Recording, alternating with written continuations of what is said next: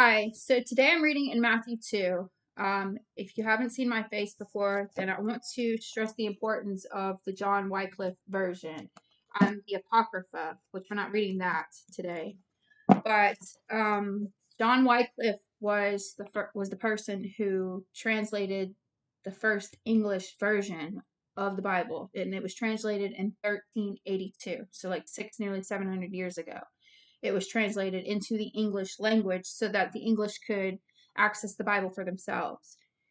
He's also known as an apocryphal writer. Now, the Christian society today, they would say that that word means unauthentic, that the word apocrypha or apocryphal means that the text is unauthentic, and therefore it's not allowed to be in our Bibles. It's not in this NIV version. It's not in the King James version, the Apocrypha. And it consists of how many books? I'll read the list of it to you. The Apocrypha has got the Prayer of Manasseh, 3rd Ezra, Tobit, Judith, additions to Esther, Wisdom of Solomon, Ecclesiastes, Secura is a different version of Ecclesiasticus, said it wrong, not Ecclesiastes. Ecclesiasticus, which is, it says Sirach. Baruch, Epistle of Jeremiah, the Prayer of Isaiah, Azariah, and Song of the Three, Daniel and Susanna, Daniel, Bel, and the Snake, First Maccabees and Second Maccabees. So all in all, it's 1, 2, 3, 4, 5, 6, 7, 8, 9, 10, 11, 12, 13, 14 books of scripture that are not in our newer text because it's considered apocryphal. There's a whole lesson on that. I advise you to please study that as to why they said it was apocryphal or whatever. What it is, it's got spiritual meanings and stuff, and spiritualness in it that people can't quite understand. And they consider it to be unauthentic or devious text. But John Wycliffe translated it from the text that they were reading out of in his time. Back in John Wycliffe's time, these books were not considered unauthentic. They were actually accounted with the text that the people would study from on a daily basis. It was in their Bibles. It wasn't until later did they got removed from the Bible. This you can just go study this stuff yourself. Now the word apocrypha in our Christian society, especially in America, they say the word means unauthentic. All right, but the word apocrypha in its Greek original text, way back when, meant hidden secret things. And it was not until it entered the English vocabulary in the 16th century did it mean unauthentic. So the meaning of the word has changed. It meant hidden secret things before the 16th century. When it entered the English vocabulary in the 16th century, it became unauthentic. But John Wycliffe translated his version well before the 16th century, so the word apocrypha does not mean unauthentic. It means hidden secret things. It's important, and our Christians are skipping it. We'll get there. I have found many different alterations and in this Bible compared to what our newer text reads. Many different things, and I'll point them out as I see them. For example, astrologers in Matthew chapter 2, astronomy, looking at the stars and sky. I read it today in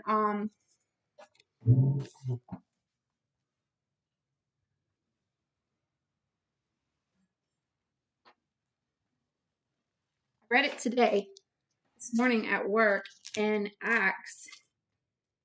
I don't know if I'll be able to find it. Where he said, yeah, right here. It's Acts chapter 7, verse 42. God turned away from them and gave them over to the worshiping of the sun and moons and stars. They're worshiping the signs of the stars and the suns and the moons. They were astrologers, astronomy, that you were not supposed to be looking at. Now, how that fits into Matthew 2, that's a deep subject, but I want to point it out. Chapter 2, Matthew chapter 2. Therefore, when Jesus was born in Bethlehem of Judea, in the days of King Herod, lo, astronomers came from the east to Jerusalem. Now, our newer text calls it the Magi. It says, after Jesus was born in Bethlehem in Judea, During the time of King Herod, Magi, so these types of men were called Magi, but Wycliffe calls them astronomers, astrologers. That makes sense because they followed the star, right? What did Acts say? Worshipping of the stars, suns, and moon? I'm not saying anything here. I'm just pointing out little things that we are not talking about. Little pieces here and there, hidden things that we should be paying attention to. I don't have a study to give you exactly what I feel on that, but it's important to notice these things. How many times have we read that word Magi and we never really, what's a Magi? What's a Magi? What's a Magi? Which is the type of man we didn't understand because it was not written in our newer text that these men are astrologers. They're astronomy people. They study the stars, skies, and moon. That's what the Magi were. They were astrologers. And we don't know that in church because it's not clear. Verse 2, and said, where is he that is born the King of the Jews? For we have seen his star in the east, astrologers, and we have come to worship him. But King Herod heard and was troubled, and all of Jerusalem with him. And he gathered together all the princes of the priests and scribes of the people. It says chief priests, nothing special. And inquired of them where Christ should be born.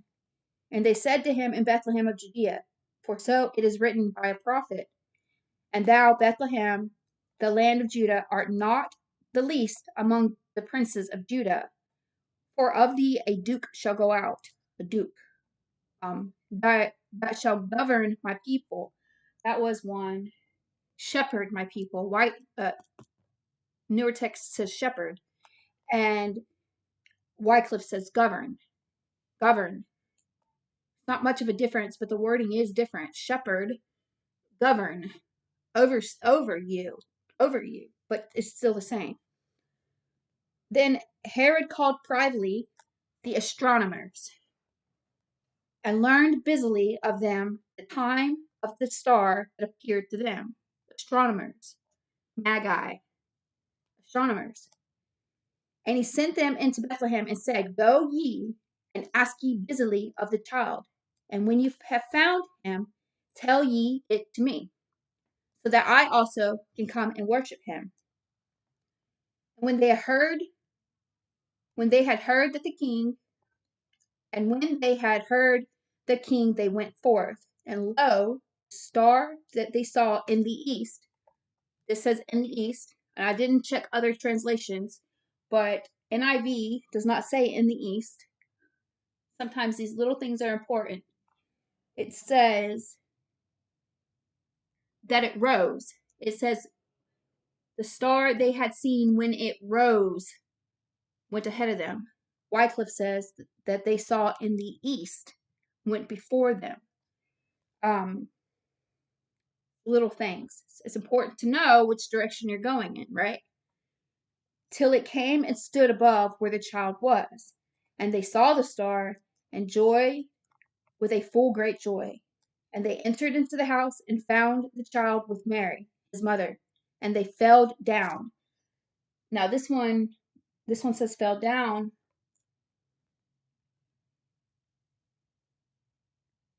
They bowed down. So we can understand that felled down is like bowing. All right.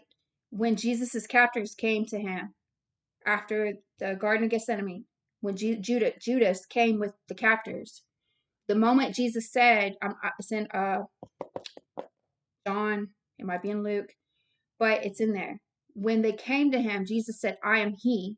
I'm he. As soon as he said that, those captors fell down. The capturers fell down. They bowed to Jesus. Now, if you were coming to capture somebody, would you bow to them? You wouldn't bow to the person you're fixing to capture and take off to prison. You're not going to bow to them. But the verse says that as soon as he said, I am he, that's what happened. They bowed down to Jesus.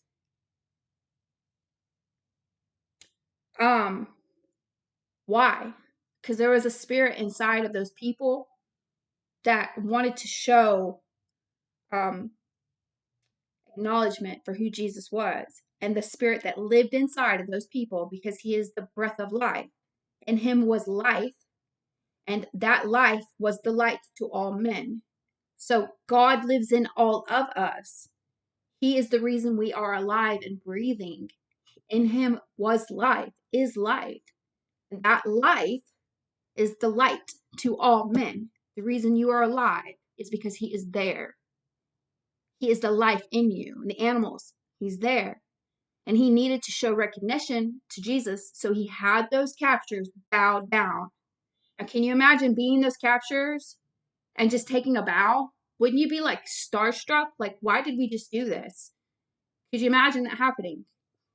But fell down, bowed down. They fell to the ground and they bowed and worshipped him.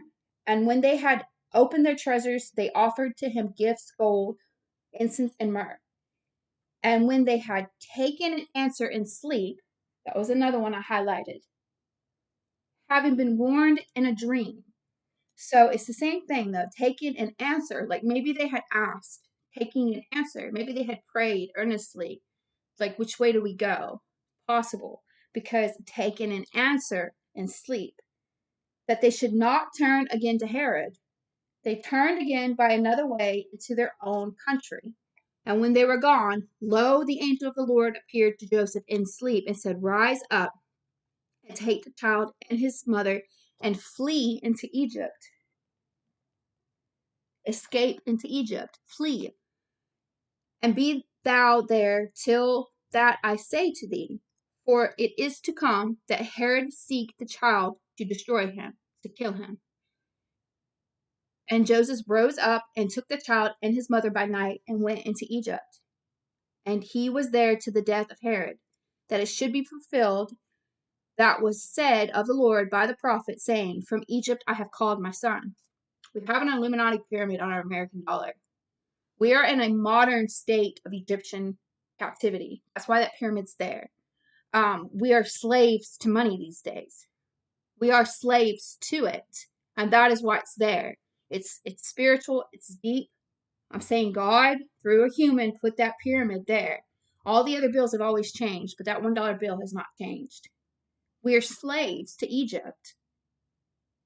When the Israelites were in the wilderness for 40 years, they wanted to go back to Egypt because they were tired of eating manna and quail from heaven. They were tired of eating the same thing over and over and over every single day. They wanted to go back to all the melons and spices and vegetables and many different flavors of fruits and foods and meat. They wanted to return to Egypt because they were wanting cravings of food. Cravings of food. You look around Walmart today, how many flavored sodas, how many flavored chips, how many flavored ice creams, how many different kinds of coffee, how many different kinds of cookies and chips and all kinds of stuff that money buys. It's spiritual. You have to have a spiritual mind, enlightened mind to see this. All right. Then Herod, verse 16, seeing that he was scorned, either deceived, of the astronomers, the astrologers, was full wroth, so he was angry. And he sent and slew all the children. This one says all the males, but it does clear the male thing up here in a minute. All the children that were in Bethlehem, and in all the coast thereof, from 2 years of age and within, after the time that he had inquired of the astronomers. Then it was fulfilled. That was said by Jeremy. That was another one. This book calls it Jeremy. It's Jeremiah. So sometimes the names are changed. And I wouldn't say that there's a lot of importance on this Jeremiah thing right now. But there are some, especially in Old Text, or Old Testament, that I have seen. I can't think of one right off the top where the name is so different that it raises a red flag. For instance, the name of a place, for instance, okay? Abraham was said to go to the region of Moriah to kill his son Isaac. That's what this version will say. This newer text will say he was to go to the region of Moriah to slay Isaac. But the Wycliffe version says go into the land of vision to slay Isaac. And that fits into my ministry with psychosis and visions and voices. Kill yourself. Jesus on the Mount of Transfiguration. Jesus, 40 years in the wilderness. A voice told him to kill himself, throw yourself down. Voices today. People are having psychosis and seeing things that other people cannot see, and they're experiencing stuff that other people are not experiencing, and they're being labeled and diagnosed as psychotic, with schizophrenic, having psychotic visions, psychosis, hallucinations. Go into the land of vision and kill yourself. Go into the land of vision and kill Isaac. Go into psychosis. Enter into that land, and I will show you things. That's a big drastic wide opening, hidden secret things, apocryphal. People are seeing and hearing things that are and they're described and prescribed pharmaceuticals for their experience instead of being taught how to decipher what they're seeing and hearing and find God within those things that they're seeing and hearing. Look at my mental health post, my blog on mental health. That's a big alteration that changes our understanding. We hear land of vision, we're thinking that you're going into a place of visions and stuff. And you hear region of Moriah, you're thinking about a town. Then it was fulfilled. Where's the Jeremiah? There it is. That was said by Jeremy the prophet, saying, a voice was heard on high, weeping and much wailing. Rachel, be weeping her sons, and she would not be comforted because they were not. But when Herod was dead, lo, the angel of the Lord appeared to Joseph in sleep in Egypt, and said, rise up, and take the child and his mother, and go into the land of Israel. For they that sought the life of the child be dead. Joseph rose up and took the child and his mother and came into the land of Israel. And he heard that Archelaus reigned in Judah for Herod, his father, and dreaded to go thither. And he was warned in sleep and went into the parts of Galilee. And he came and dwelt in a city that is called Nazareth, so that it should be fulfilled that was said by prophets, for he shall be called a Nazarene. All right, thank you.